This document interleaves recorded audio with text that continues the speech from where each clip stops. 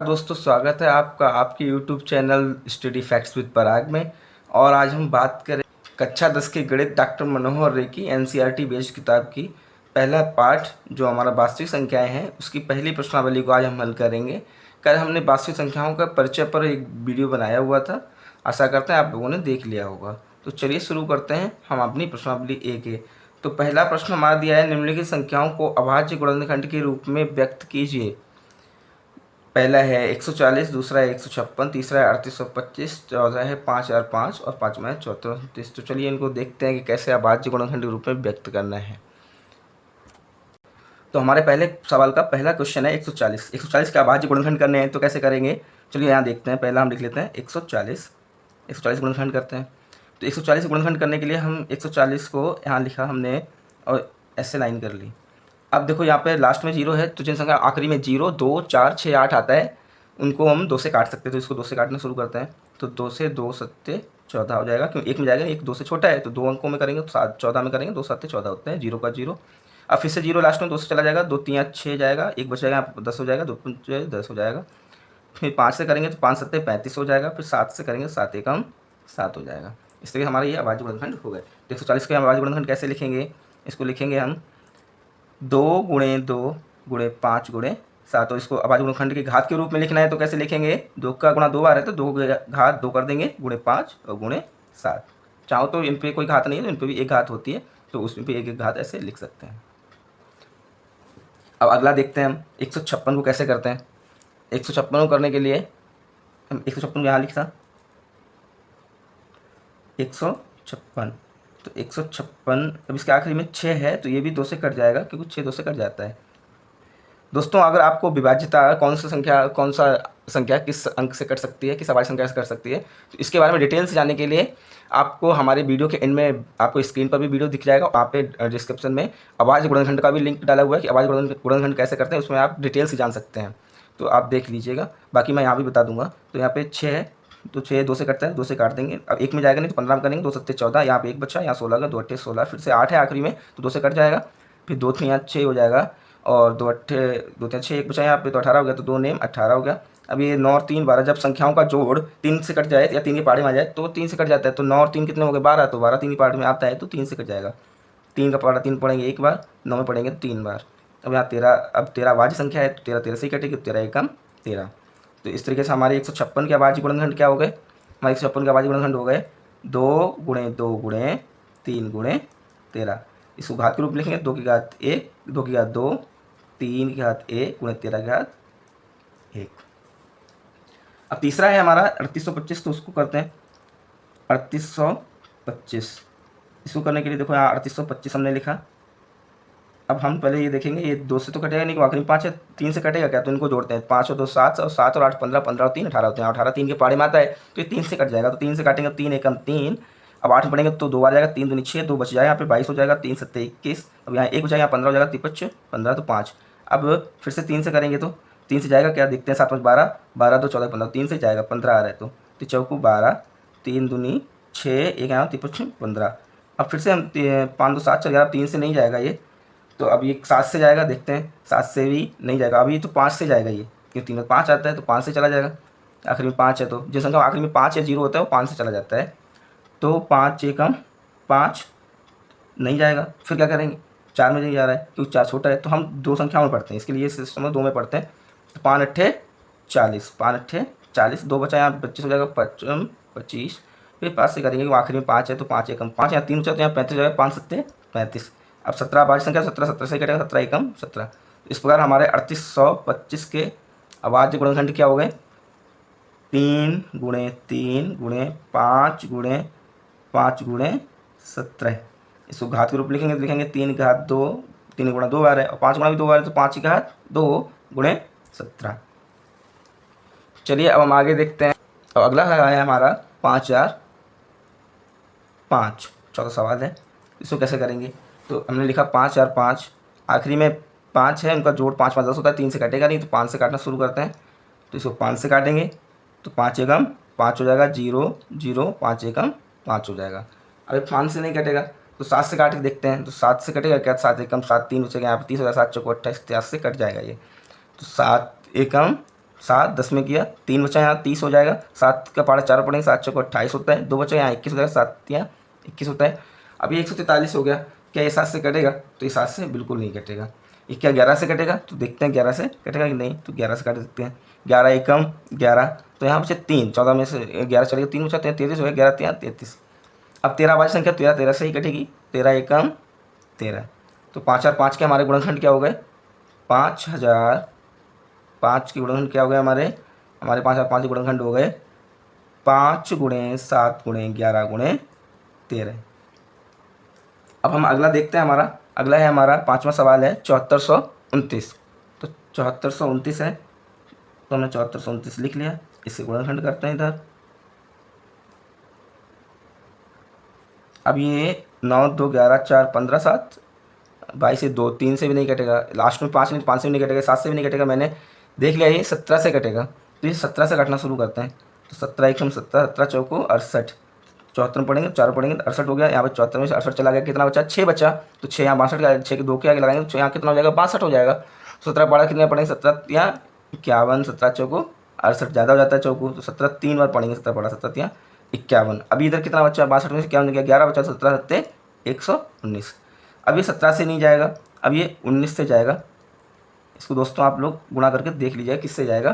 तो 19 एकम 19, 19 दूनी 38, 19 का पारा 3 बार पढ़ेंगे 57 हो जाता है, तो 2 ज़्यादा हो जाएगा, तो 2 बार पढ़ेंगे 43 में, 19 दूनी 38, तो 38 हो गया। यहाँ पे कितना बचा? 5 बचा, 38 5 43 होता है, तो यहाँ 57 हो जाएगा, तो 19 यहाँ 57। अब 23 22 संख्या 23, 23 से कटेगी, 23 से कम 23, तो 7429 के हमारे गुणनखंड क्या हो गए? 17 गुणे 19 गुणे 23। चलिए हम चलते हैं अगले प्रश्न की ओर। हमारा अगला प्रश्न है, पूर्णांकों के निम्नलिखित युग्मों के एलसीएम और एचसीएफ ज्ञात कीजिए तथा इसकी जांच कीजिए कि दो संख्याओं का गुणनफल एचसीएफ गुणे एलसीएम है, उनके बराबर है। चलिए हम पहला सवाल देखते बिना देर किए हुए। तो पहला सवाल है हमारा यहाँ पे 26,91, इनके गुण अभाज्य गुणनखंड करते हैं हम एलसीएफ एचसीएफ के लिए। सबसे पहले तो 26 के अब गुणनखंड करेंगे तो 2 से किया, 2 एकम 2 2 3 बार पढ़ा। अब ये 13 से करेंगे, 13 एकम 13 हो जाएगा। इसी प्रकार 91 करेंगे तो 9 और 1 10, 3 से भी नहीं कटेगा, तो ये किससे कटेगा? चलो काट देंगे, 2 से भी नहीं कटेगा, 3 से भी नहीं कटेगा, है ना।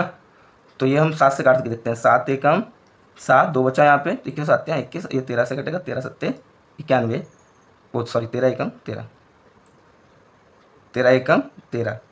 अब हम इनके गुणनखंड यहाँ लिख लेते हैं। तो 26 गुणनखंड कितने हो गए? 2 गुणे 13, और 91 कितने हो गए? 7 गुणे 13। अगर अब हमें 26 और 91 का एलसीएम लिखना है, 26 और 91 का एलसीएम लिखना है, तो कितना आएगा? एलसीएम क्या होता है? मैंने बताया था, जो दोनों में उभयनिष्ठ होता है उसको भी लिखते हैं। तो दोनों में 13 उभयनिष्ठ है, तो 13 को लिख लें, बड़ी घात लिखते हैं। दोनों में एक एक घात है, तो एक ही घात लिख ली। और जो उभयनिष्ठ नहीं होता है उनकी भी बड़ी घात लिखते हैं। यहाँ पे 7 है, 7 ही सबसे बड़ी घात एक ही है, क्योंकि 7 अकेला ही है, यहाँ पे 7 लिख लिया। और 2 भी यहाँ पे एक ही है, तो 2 भी लिख लिया। तो इसे गुणा किया तो 13 सत्ते 91, 13 सत्ते 91 और गुणे 2, 91 दूनी 182, कितना हुआ? 182। तो 26 91 का एलसीएम 182 आ गया। और 26 और 91 का हम एचसीएफ निकालें तो हमारा कितना आएगा? एचसीएफ क्या होता है? जो दोनों में उभयनिष्ठ हो उसकी सबसे छोटी घात लेते हैं। तो 7 तो उभयनिष्ठ है नहीं, तो इसको हटा देंगे, और 2 भी उभयनिष्ठ नहीं है, उसको भी हटा देंगे। 13 दोनों में उभयनिष्ठ है, तो हम 13 को ले लेंगे, और 13 की एक ही घात सबसे उभयनिष्ठ, 13 हमारा एचसीएफ हो गया। अब हम इसकी जांच करते हैं कि क्या ये सही है या नहीं है। तो इन्होंने बोला है कि दो संख्याओं का गुणा बराबर एचसीएफ गुणे उनका एलसीएम, ये हमारी जांच है। तो जांच करते हैं। दो संख्याएं कौन सी हैं? 26 गुणे 91, और एचसीएफ एलसीएम कितना है? एचसीएफ हमारा है 13, एलसीएम है 182। 13 का 182 गुणा करते हैं, 13 दूनी 26 के 6 हो जाएंगे, हासिल 2 लग जाएगा। और 13 8 104 और 2 6, तो 6 यहाँ फिर लिख देंगे, 104 तो 6 हासिल 10 लग जाएगा। 13 कम 13 और 10 23, 2366 आ जाएगा। ऐसे ही इधर भी आ जाएगा। इसका देखो 26 से कम 26 के 6 हासिल लग गया 2। अब 26 का 9 में पारा पढ़ लेंगे तो 9 छक्का 54 4 हासिल लगा 5, 9 9 दूनी 18 5 23, 18 5 23, 234 और 2 और 36 हो जाएंगे। तो ये कितना हो गया? 236 हो गया। तो ये बराबर आ गया। तो जब हमारा इधर का बायां पक्ष और दायां पक्ष दोनों बराबर आते हैं, बायां पक्ष होता है हमारा लेफ्ट हैंड साइड और दायां पक्ष होता है हमारा राइट हैंड साइड, हमारे दोनों बराबर आ गए, अतः जांच सही है। अतः जांच सही है।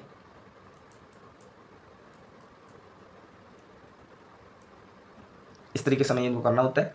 अब हमारा अगला सवाल है 510 और 92। तो 510 के गुणनखंड करेंगे हम तो कितना आएगा, 2 से किया तो 2 दूनी 4 हो गया, यहाँ 11 हो गया, 2 पंचे 10 हो गया, फिर यहाँ अगर 2 पंचे 10 हो गया, 5 5 10 दोबारा ये 3 से कट जाएगा, 3 पड़ा 8 बार पढ़ेंगे, 3 8 24 होता है, 1 यहाँ 5 15 हो गया। अब इसको 5 से काटेंगे तो 5 एकम 5, यहाँ 3 हो गया तो 35 हो गया, तो 5 7 35, अब 17 आवाज गुणनखंड 17 एकम 17।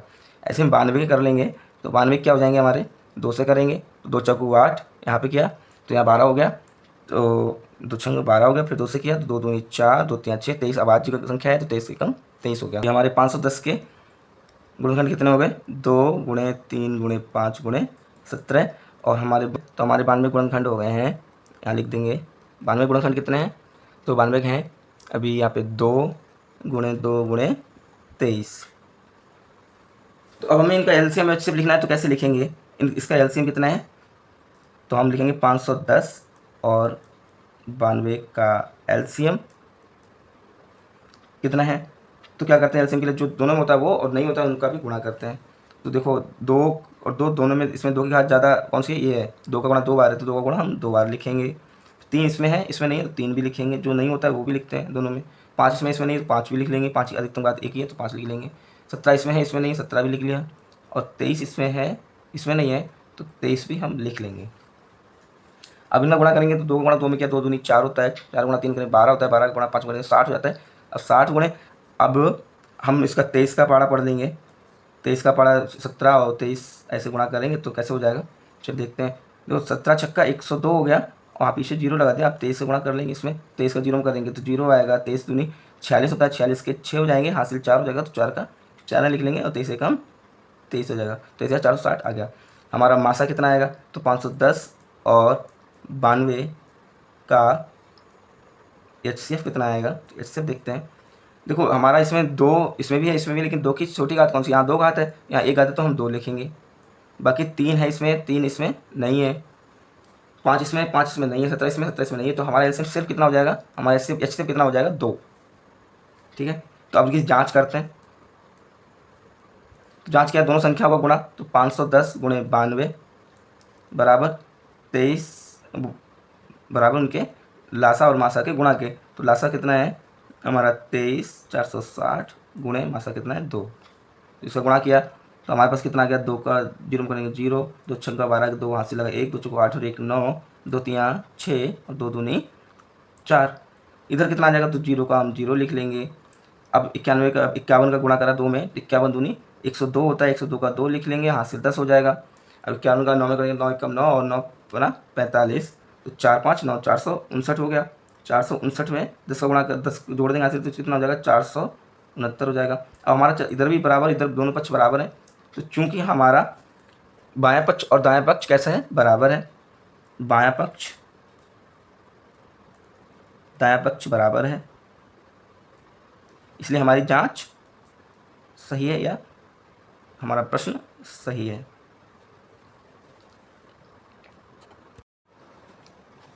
अब अगला सवाल है हमारा 336 और 54 के गुणनखंड करते हैं पहले। तो 336 गुणनखंड करेंगे तो हमारा आ जाएगा, 2 से करेंगे तो 2 एकम 2, 2 छक्का 12, 2 अट्ठे 16 जाएगा, यहाँ 1 आ जाएगा, तो अब 2 का पारा 16 किया, 2 अट्ठे 16, 2 चौको 8, फिर 2 से किया 2 चौको 8, 2 दूनी 4, फिर से 2 से किया तो 2 दूनी 4, 2 एकम 2, फिर अब 3 से करेंगे, 3 सत्ते 21 हो जाएगा, 7 एकम 7 हो जाएगा। अब 54 का करते हैं तो 54 कितना आएगा, 2 से किया तो 2 दूनी 4 और यहाँ 14 हो गया तो 7 14, फिर 3 से करेंगे, 3 दूनी 27, 3 त्रिका 9 और 3 एकम 3। तो हमारे 336 और 54 गुणनखंड कितने हो गए, तो 336 गुणनखंड कितने हो गए, तो हो गए 2 का गुणा 4 बार और 3 गुणे 7, या इसके घात रूप लेंगे, 2 की घात 4 गुणे 3 की घात 1, 7 की घात 1। ऐसे हम 54 का लिखेंगे तो 54 2 का गुणा 1 बार और 3 का गुणा 3 बार है, तो इसको घात रूप लेंगे, 2 की घात 1 गुणे 3 की घात 3, क्यों 3 और 3 बार है। अब हम 336 और 54 का एलसीएम लेते हैं, तो इनका 336 54 का एलसीएम कितना बोले, एलसीएम कितना आ जाएगा, इनका एलसीएम आ जाएगा, जो बड़ी घात होती है दोनों में, तो 2 की घात बड़ी 4 है तो वो लिखेंगे, 3 घात दोनों में बड़ी कौन सी है, 3 घात 3 है तो वो लिखेंगे, और 7 इसमें है, इसमें नहीं है, लेकिन 7 की घात बड़ी कितनी है, 1 है तो वो भी लिखते हैं एलसीएम में। तो यहाँ 2 की घात 4 हो जाएगा 16 और 3 की घात 3 हो जाएगा 27 और गुणे 7, तो इसका 27 से 7 में गुणा करेंगे तो 189 हो जाएगा, इसका 16 में गुणा कर देंगे। 16 गुणा 189 16 में 144 के 4 हासिल 14 हो गया, 16 8 128 और 14 कितने हो जाते हैं 142 हो जाते हैं, 142 के 2 लिख लेंगे, हासिल 14 लिख देंगे। 16 एकम 16 और 14, 16 और 14 कितने जाएंगे 30 जाएंगे। ये हमारा कितना आ गया 3024 आ गया हमारा ये क्या कहते हैं लासा। अब इसी का हमें HCF निकालना हो तो इसका HCF देखते हैं। अब इसका हमें HCF निकालना हो तो HCF कैसे लिखेंगे, HCF इसका 336 और 54 का। तो क्या करेंगे HCF निकालने के लिए हम सबसे पहले क्या करेंगे छोटी घात लेंगे, जो दोनों में 2 कॉमन है 2 की घात 1 छोटी तो 1 लेंगे, 3 दोनों में कॉमन है 3 घात 1 छोटी है 3 घात 1 ले लेंगे, और 7 कॉमन दोनों में 7 ले लेंगे। तो ये कितना हो गया 2 × 3 6 हो गया HCF हमारा। अब हम इसकी अगर जाँच करते हैं तो क्या हो जाएगा इसका, चलिए देखते हैं। तो दोनों का गुणा जाँच करते हैं, तो जाँच क्या हो जाएगा दोनों का गुणा, दोनों संख्याओं का गुणा। तो दोनों संख्याएँ कौन सी 336 × 54 बराबर उनका लासा और मासा 3024 उनका लासा है और मासा कितना है 6 है। तो गुणा करेंगे, इसका गुणा किया तो इधर आ जाएगा 6 24 4 हाथ से लगा 2 6 3 12 तो 14 4 हाथ से लगे 1 6 18। ऐसे 54 336 से गुणा करते हैं तो हमने कितना प्राप्त होता है, तो हमें इतना ही प्राप्त होता है 18 144। चूँकि हमारा बायां पक्ष और दायां पक्ष बराबर है, दायां पक्ष बराबर है, इसलिए जांच सही है या प्रश्न सही है, संख्याएं सही हैं। तो इस पर आज की क्लास हम यहीं तक करते हैं, शेष सवालों को हम कल हल करें। आपको हमारा तरीका समझ में आया हो तो हमारी वीडियो को लाइक कमेंट शेयर जरूर करें, और हमारे चैनल पर अगर आप नए हैं तो उसको सब्सक्राइब कर लें ताकि आपको हमारी क्लास आगे मिलती रहे। तब तक के लिए धन्यवाद।